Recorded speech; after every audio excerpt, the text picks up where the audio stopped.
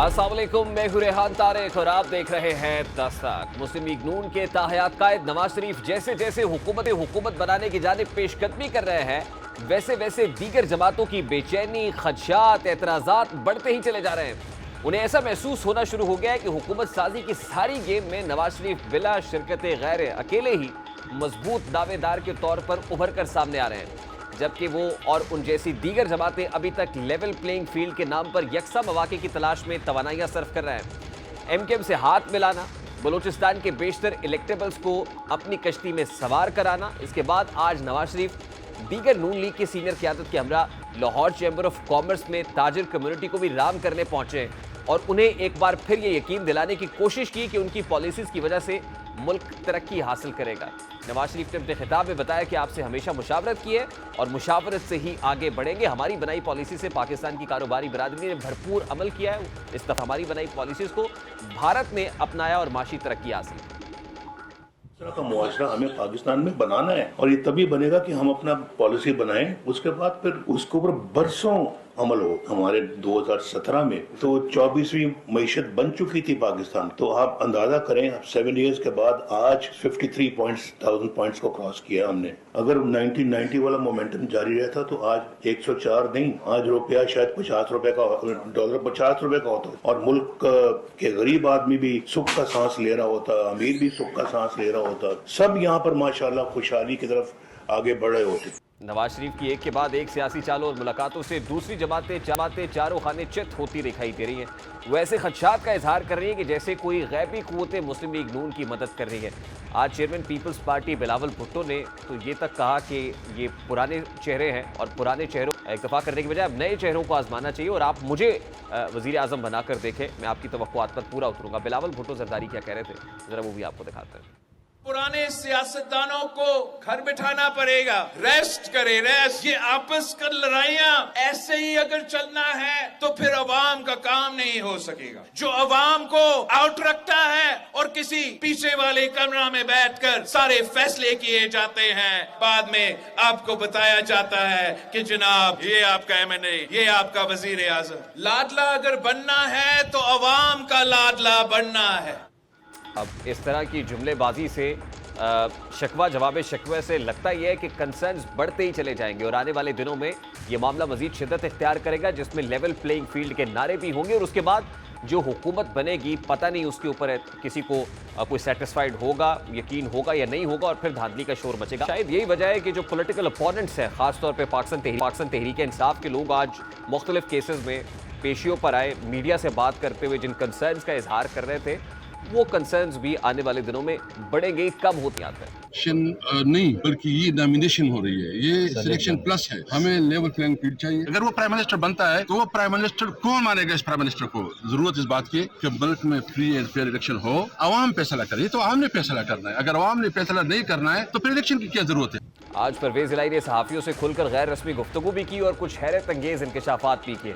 परवेज इलाही ने सहाफियों को बताया कि चेयरमैन पीटीआई मेरे साथ वाले सेल में है और IMF और यूरोपीय यूनियन के लोग चेयरमैन पीटीआई से मिलने आते हैं। दूसरी जानिब सदर मुमलिकत जिनका ताल्लुक तहरीक इंसाफ से, वो भी पीटीआई को लेवल प्लेइंग फील्ड ना मिलने पर खासे परेशान है। वो कभी मुलाकातों में और कभी खतूत के जरिए निगरां हुकूमत से पीटीआई को लेवल प्लेइंग फील्ड दिलवाने की कोशिशों में मसरूफ है। उन्होंने गुज़श्ता रोज़ अमरीकी नशियाती इदारे को इंटरव्यू में लेवल प्लेइंग फील्ड की बात करते हुए बताया कि लेवल प्लेइंग फील्ड मुहैया करना इलेक्शन कमीशन और हुकूमत की जिम्मेदारी है।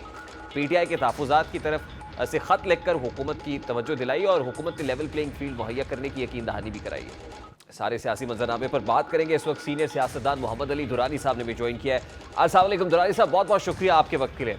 दुरानी साहब, सबसे पहले तो बड़ा सादा सा सवाल है, जिस कौमी मफाहमत के लिए आप कोशिश कर रहे थे, उस कौमी मफाहमत की कोशिश का क्या हुआ? क्या वो बेनतीजा ख़त्म हो गई?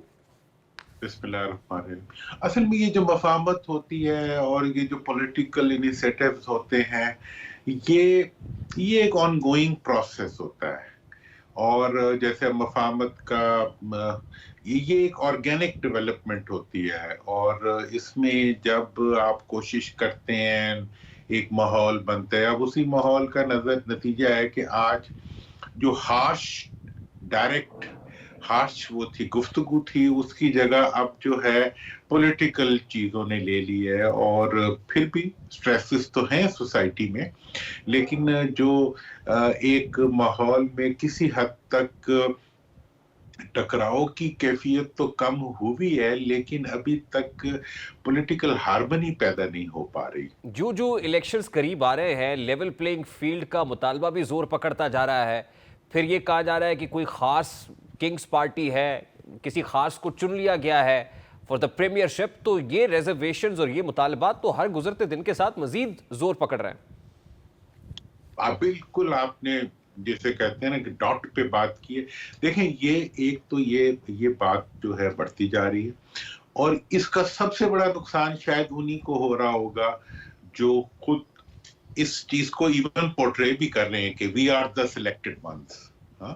और आज की जो हमारी पॉलिटिक्स है उसका एक माहौल भी बन चुका है। 2018 में भी ऐसे ही हुआ, अभी भी ऐसा ही माहौल बन रहा है कि जैसे कोई सिलेक्टेड लोग होते हैं, they are bound to bounce back और they are bound to be there where they are aiming at. तो इस लिहाज से मैं तो पहले भी कहा था बड़े एहतराम से कि जी, एक तो आप मुफाहमत की बात करेंगे तो लोग पसंद करेंगे। दूसरी बात मैंने ये कही थी कि अगर आप सिलेक्टेबिलिटी की बात करेंगे, किसी ओहदे के लिए कंटेस्ट करने के बजाय किसी कुर्सी पे बैठने के लिए माहौल बनाएंगे, इस वक्त भी पब्लिक का फैक्टर कहीं मौजूद मुझे नजर नहीं आ रहा। इक्तदार का फैक्टर मौजूद है, इक्तदार में आने वाले खानदानों का फैक्टर मौजूद है, पॉलिटिक्स और पॉलिटिकल प्रोसेस को इन्फ्लुएंस करने का प्रोसेस मौजूद है, गवर्नमेंट मशीनरी को यूज करके इक्तदार में आने का प्रोसेस मौजूद है। लेकिन अवाम के लिए इस सारे प्रोसेस में मुझे कोई बहुत ज्यादा नजर नहीं आ रहा, लेकिन फिर भी इसके अलावा कोई ऑप्शन भी नहीं है। तो दुरानी साहब, इलेक्शन से पहले ही कॉम्पोजिशन ऑफ द गवर्नमेंट, कौन हुकूमत में होगा, कौन सी जमातें इत्तेहाद में होंगी, ऑपोजिशन क्या होगी, ये सब कुछ डिसाइड हो गया? देखें जी, ये क्लेम तो किया जा रहा है, लेकिन मैं इसके बारे में जो मैंने इस वक्त जो नेशनल यूनिटी गवर्नमेंट का फॉर्मूला पेश किया है, मैं इसी जो एक अगलीनेस ऑफ द पॉलिटिक्स है, इसको मैं एक चाहता हूं कि हिस्टोरिक पर्सपेक्टिव में, इंटरनेशनल पर्सपेक्टिव में इसको एक ऐसी डायरेक्शन में डाल दिया जाए कि जिसमें सब लोग ही हों और मुल्क का मफाद आगे आ जाए किसी के इक़्तिदार के वफाद के बजाय। देखिए, मैंने जो फॉर्मूला दिया है कि जी हमें अगले 5 साल के लिए एक इलेक्टेड नेशनल यूनिटी गवर्नमेंट बनानी चाहिए, जिसमें तमाम पार्टीज जो पार्लियामेंट में आए वो उसका हिस्सा हों, और उनमें से जो सबसे ज्यादा मेंबर्स रखती हो पार्टी वो अपना वजारत उस्मा का कैंडिडेट नॉमिनेट करे, और 30 से ज्यादा की कैबिनेट ना हो। और एक जो प्रोविजो इसके साथ सबसे इंपॉर्टेंट है वो ये है कि वो अगले 6 महीने में तमाम सूबों के अंदर एक ही कानून के तहत बल्दियाती इंतखाबात का ऐलान करे।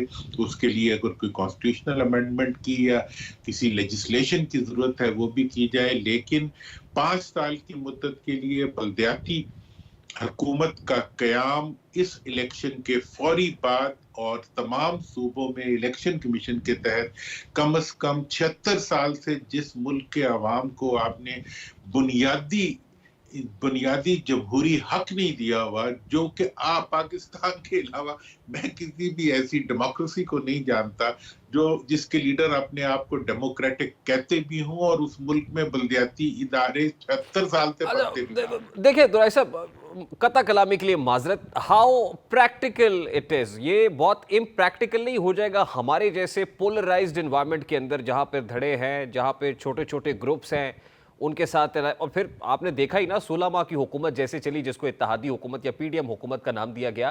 खैर अब भी उस इत्तेहाद के किसी हद तक हिस्से बखरे तो हुए हैं। तो how practical is your proposal? देखिए, this is the relevant question, मतलब to be fair, to appreciate your question. देखिए, मैं ये कह रहा हूं कि जो पीडीएम की हुकूमत थी 16 महीने की, वो नेशनल यूनिटी गवर्नमेंट नहीं थी, वो बुनियादी तौर पे 50% ऑफ द असेंबली की गवर्नमेंट थी। 50% जो इलेक्टेड मेंबर्स थे, they were out of the assembly.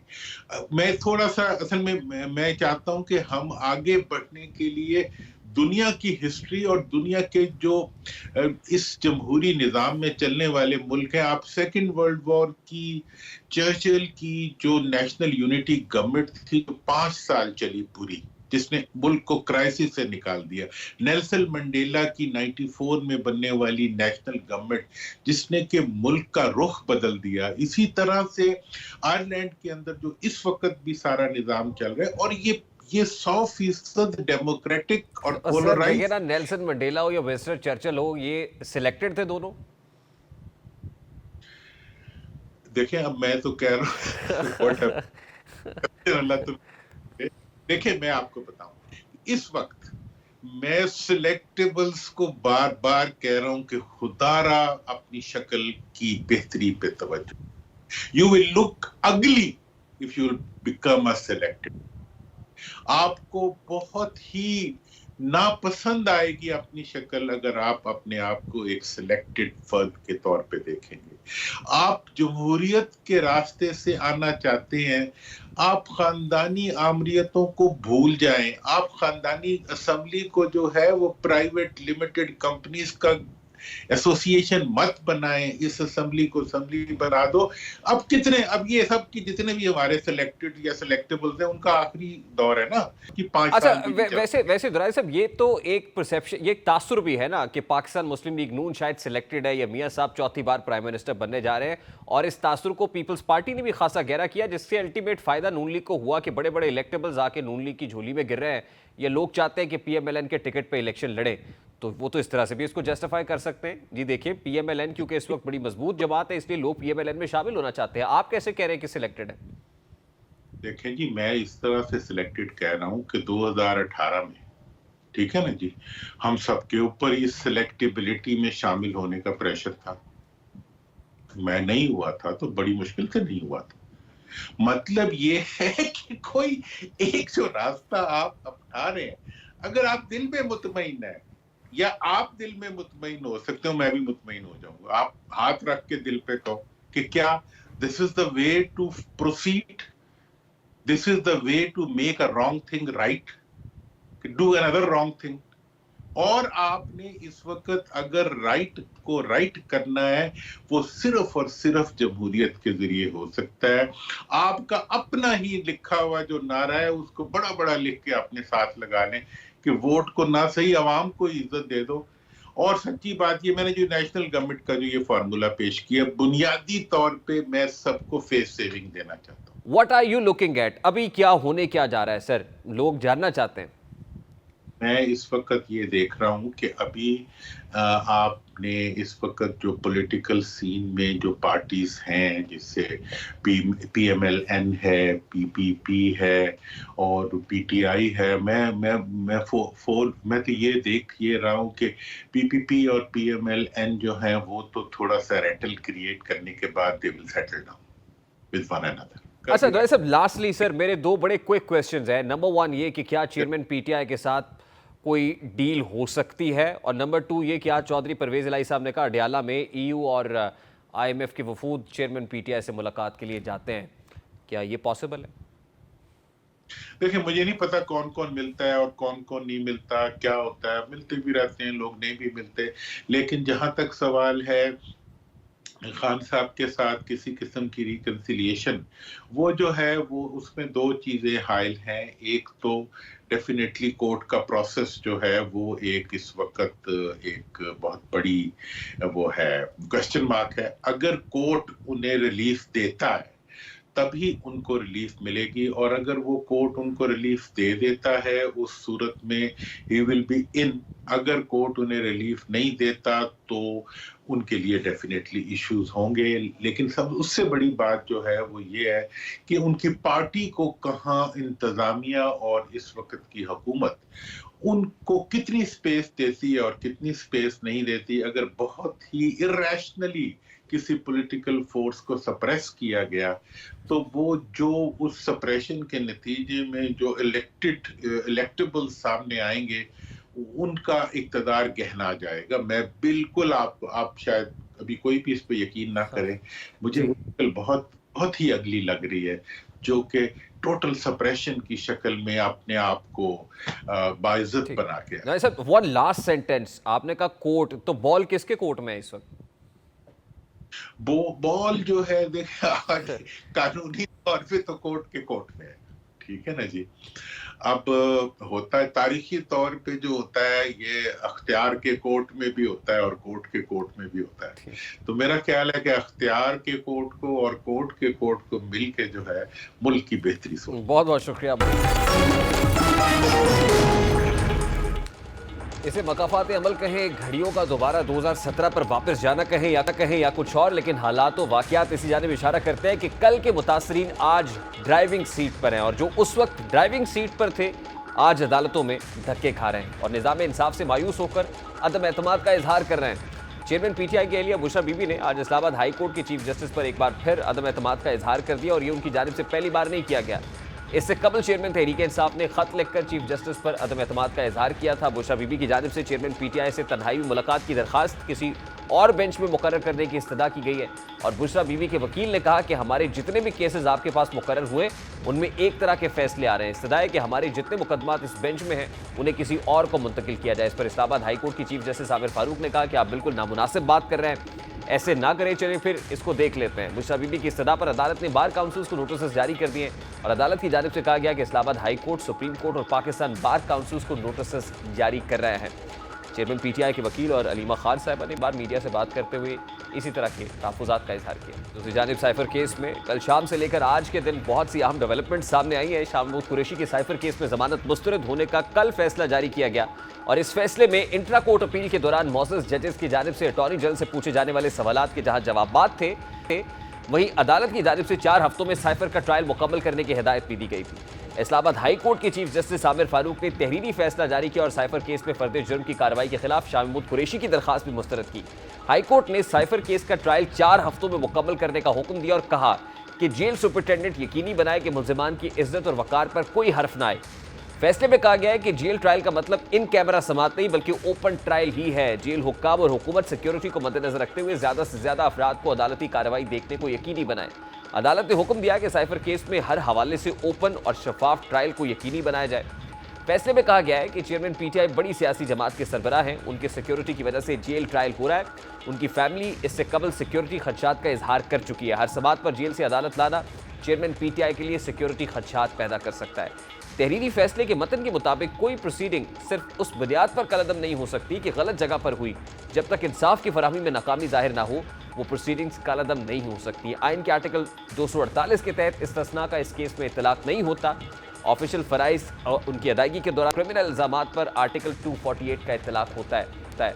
Prosecution के मुताबिक बनी गाला इजलास में साइफर सियासी मकासद के लिए इस्तेमाल करने की साजिश तैयार हुई और इस फैसले के बाद कल से ही ये पेशगोई की जा रही थी कि अटॉर्नी जनरल डिवीजन बेंच के सामने सवालात का जवाब देने की बजाय इस फैसले की आड़ में इसी को बुनियाद बनाकर बात करेंगे और ये पेशगोई दुरुस्त साबित हुई क्योंकि पीटीआई की जेल ट्रायल के खिलाफ इंट्रा कोर्ट अपील के दौरान अटॉर्नी जनरल के दलाइल का तमाम तर महवर यही फैसला था। इस्लामाबाद हाई कोर्ट के जस्टिस मियां गुल हसन औरंगजेब की सरबराही में 2 रुकनी बेंच ने इस केस की समाअत की और जस्टिस सुमन रफत इम्तियाज भी इस डिवीजन बेंच का हिस्सा है। अदालत ने साइफर केस की जेल ट्रायल पर आज तक हुक्म इम्तना जारी कर रखा था। अटॉर्नी जनरल मंसूर उस्मान अवान और additional attorney general Munawar Iqbal Dogal अदालत में पेश हुए। चेयरमैन पीटीआई के वकील सलमान अकरम राजा और लीगल टीम के अरकान भी अदालत में पेश हुए। सलमान अकरम राजा ने अदालत में दलाइल देते हुए कहा कि मैं बताना चाहता हूं कि गुज़श्ता समाअत पर ऑर्डर के बाद क्या हुआ। मैं फौरी अडयाला जेल पहुंचा जहां जेल ट्रायल जारी था।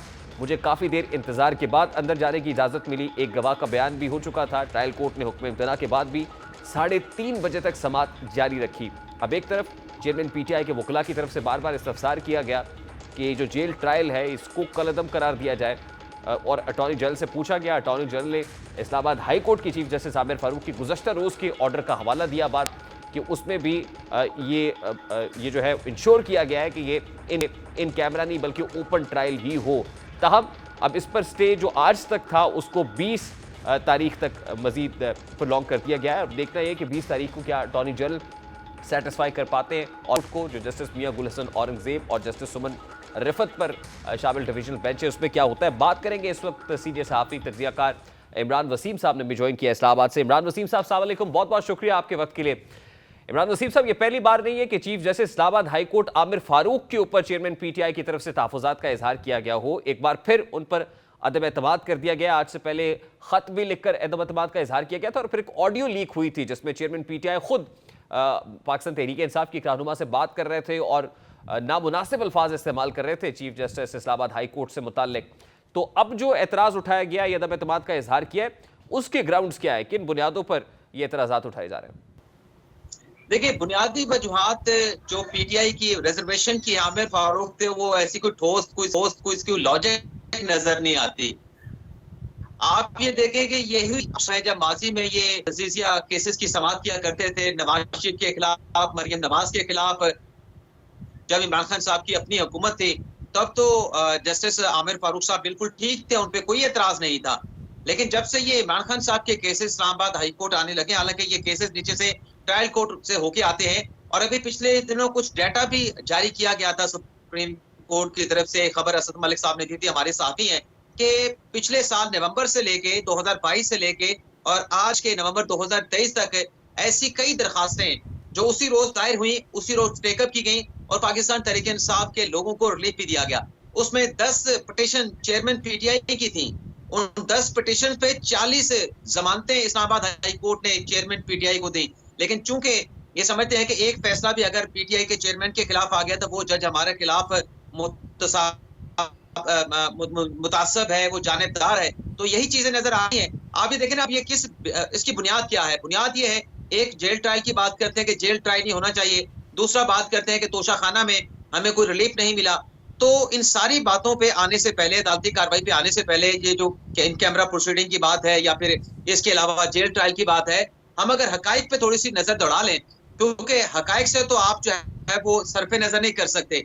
आप देखें कि जब इमरान खान साहब हुकूमत में नहीं रहे, उनके खिलाफ जितने भी केसेस बने, सही बने, गलत बने, लेकिन एक चीज जो फैक्ट है, खान साहब को जब भी किसी अदालत में बुलाया गया तो चेयरमैन पीटीआई की जानिब से यही कहा गया कि सिक्योरिटी कंसर्न्स हैं और वो अदालत में पेश नहीं हो सकते। आप देखें, अदालतों में जाते थे तो उनके चेहरे के ऊपर एक बाल्टी हुआ करती थी ब्लैक रंग की, और अतराफ में पूरा जो है वो टेरर स्क्वाड के लोग वहां पे मौजूद होते थे। और फिर एफएड कचहरी में नहीं जाना, हमने जुडिशियल कॉम्प्लेक्स में जाना, और फिर जुडिशियल कॉम्प्लेक्स में जो गए थे, वहां पे जो ट्रांजैक्शन हुई थी उनकी पेशी की, वो भी हम सब ने विटनेस किया था कि वो पीसफुल नहीं हुई थी, उस पर भी एफआईआर का इंदराज हुआ था। और चेयरमैन पीटीआई खुद ये कहते रहे कि जब मैं जुडिशियल कॉम्प्लेक्स से बाहर गया था तो वहां पर सफेद कपड़ों में मलबूस ऐसे अशखास मौजूद थे जो मेरी जिंदगी से खेलना चाहते थे, मुझे मारना चाहते थे। एक साजिश वहां पे रचाई गई थी और उनकी फैमिली के लोगों के भी ऐसे बयानात मौजूद हैं। और फिर वजीराबाद वाला वाकया भी हमारे सामने मौजूद है। तो सिक्योरिटी कंसर्न्स तो हैं। तो आज जो इस्लामाबाद हाई कोर्ट में ये जो एतराज उठाया गया और जो उनके आईसी के ऊपर समाअत हुई है, जो वहां पर उनके वकला ये कह रहे हैं कि ये इन कैमरा ट्रायल नहीं होना चाहिए या जेल ट्रायल नहीं होना चाहिए, तो उस पे अगर हम हकाई को देखें तो माजी के अपने इनके बयानात मौजूद हैं। अच्छा इमरान नसीब साहब, क्या ये वाकई जेल ट्रायल इसको कहा जा सकता है? क्योंकि 20 नवंबर तक जेल ट्रायल रोकने का जो हुक्म है उसको एक्सटेंड किया गया है, और खास तौर पर जो जस्टिस आमिर फारूक की जो फैसला था उसका हवाला भी आज अटॉर्नी जनरल साहब ने कोर्ट रूम के अंदर दिया कि वो कहते हैं कि ये तो इसको जेल ट्रायल नहीं कहा जा सकता। तो is it a jail trial practically?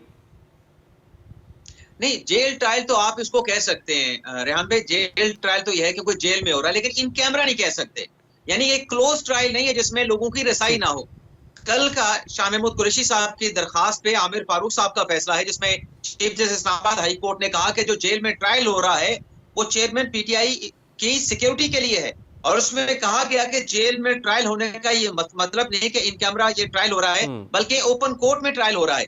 इसमें फैसले में यह भी कहा गया जेल हुकाम को भी, और जेल हुकाम के साथ साथ जो कंसर्न जो गवर्नमेंट है उसको भी हुक्म दिया गया कि इस बात को यकीनी बनाया जाए कि ज्यादा से ज्यादा जो लोग हैं जो इस अडयाला जेल में प्रोसीडिंग को विटनेस करना चाहते हैं उनको अकोमोडेट किया जाए, ताकि कोई ये सवाल ना उठाए कि इन कैमरा में ये सारा साइफर केस का जो है वो ट्रायल हुआ है चेयरमैन पीटीआई और शाह महमूद कुरैशी का। आज जो इंटर कोर्ट अपील में समाअत।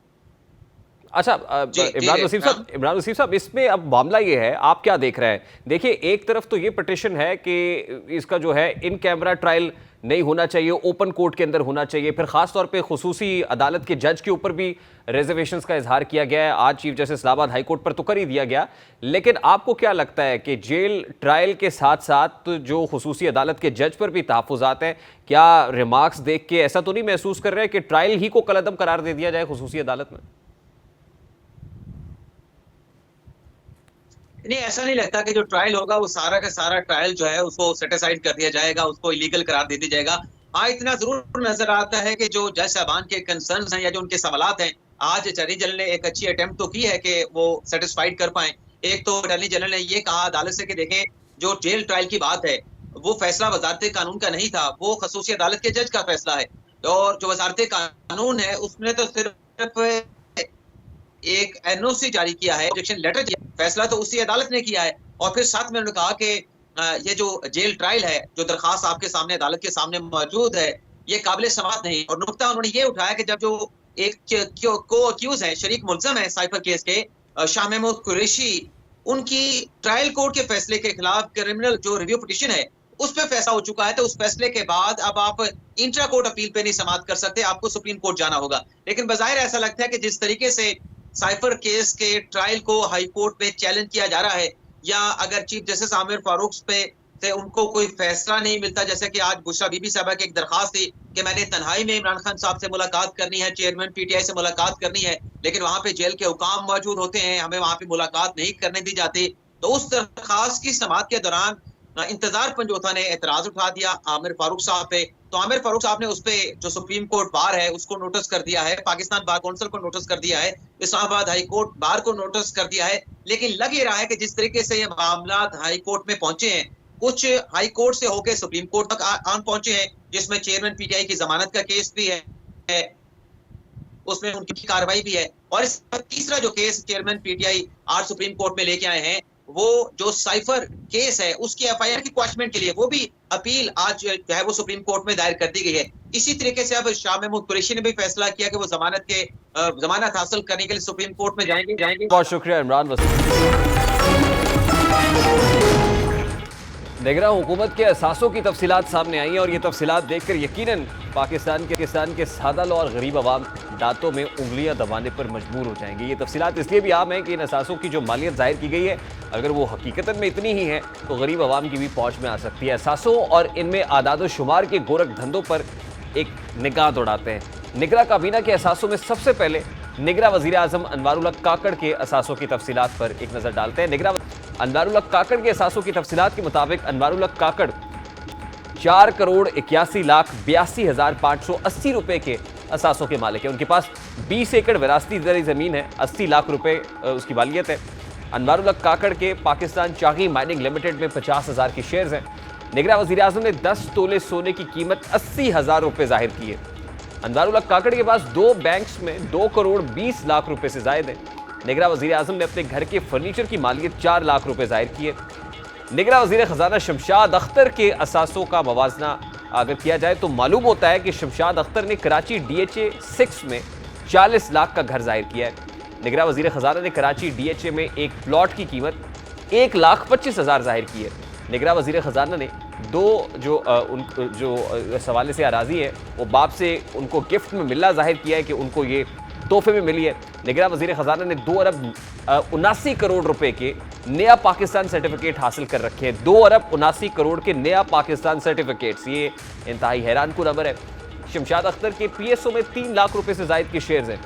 नफ़ा इनकम बैंक आरिफ हबीब में 9,47,000 इन्वेस्ट किए हुए हैं।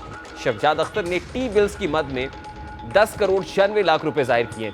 TDR बैंक अल हबीब में 2 करोड़ 41 लाख रुपए जाहिर किए और निगरां वज़ीर ख़जाना के पास सिर्फ 2 लाख रुपए मालियत का सोना है। शमशाद अख्तर के पास कैश में 19,46,000 रुपए। निगरां वज़ीर ख़जाना के पास बैंक्स में 39,24,000 है। शमशाद अख्तर ने फर्नीचर की मालियत 2 लाख रुपए जाहिर की है। निगरां वज़ीर दाखिला सरफराज बुगटी के असासों की तफसीलात के मुताबिक निगरां वज़ीर दाखिला के पास मुल्तान में 2 केनाल का घर 1 करोड़ रुपए का है और निगरां वज़ीर दाखिला के पास मुल्तान यूनाइटेड मॉल में 2 करोड़ 50 लाख का फ्लैट है। निगरां वज़ीर दाखिला के पास इस्लामाबाद में 3 करोड़ 12 लाख रुपए मालियत का घर भी है। सरफराज बुगटी ने कोयटा में 1 करोड़ रुपए का प्लॉट भी जाहिर किया है। सरफराज बुगटी के 5 मिलियन के बुगटी CNG सुई में 50% शेयर्स हैं। सरफराज बुगटी के पास एक गाड़ी 2010 मॉडल, मालियत 1 करोड़ 2 लाख रुपए जाहिर की गई है। सरफराज बुगटी के पास 67,98,000 रुपए कैश है। निगरान वजीर दाखिला के पास बैंक में 6,35,000 रुपए है। सरफराज बुगटी ने 68 लाख रुपए मालियत का फर्नीचर जाहिर किया है। सरफराज बुगटी के असासों में 90 ऊंट, 8,870 भेड़े, 4,060 बकरियां हैं। सरफराज बुगटी के पास 400 गाय, 80 बछड़े और 86 भैंसे हैं। सरफराज बुगटी ने लाइफ स्टॉक की मालियत 6 करोड़ 97 लाख रुपए जाहिर की है।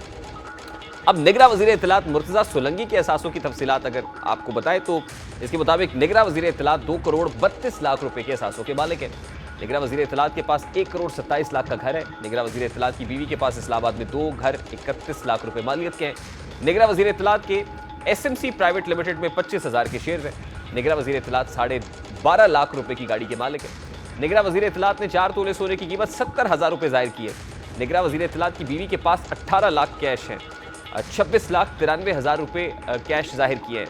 मुर्तजा सोलंकी के पास बैंक में 3,19,000, एहलिया के पास 1,57,000 है। निगरान वजीर इत्तलात ने घर के फर्नीचर की मालियत 10 लाख रुपए जाहिर की है।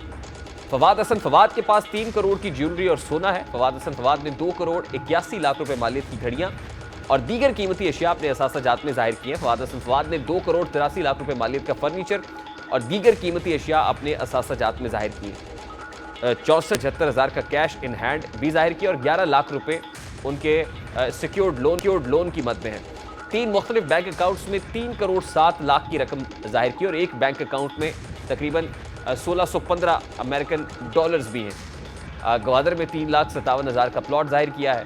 FYC नामी कंपनी में 25 लाख की सरमायाकारी जाहिर की और फवाद हसन फवाद ने खुद को 13 करोड़ डॉलर का मकरूज भी जाहिर किया है। ये हमारी केयर टेकर कैबिनेट है और केयर कैबिनेट की जो एसेट डिक्लेरेशन और असासाजात की तफसीलात हैं वो आपके सामने, इससे आप अंदाज़ा लगा सकते हैं कि कौन कितने असासाजात का मालिक है और इसमें कितनी जो है वो कयासराई और कितनी जो है वो कसर नफसी से काम लिया गया है कहाँ पे। प्रोग्राम का वक्त अपने इख्तिताम को पहुँचे। आपसे मुलाकात होगी इंशाअल्लाह कल। अपना रखिए ख्याल।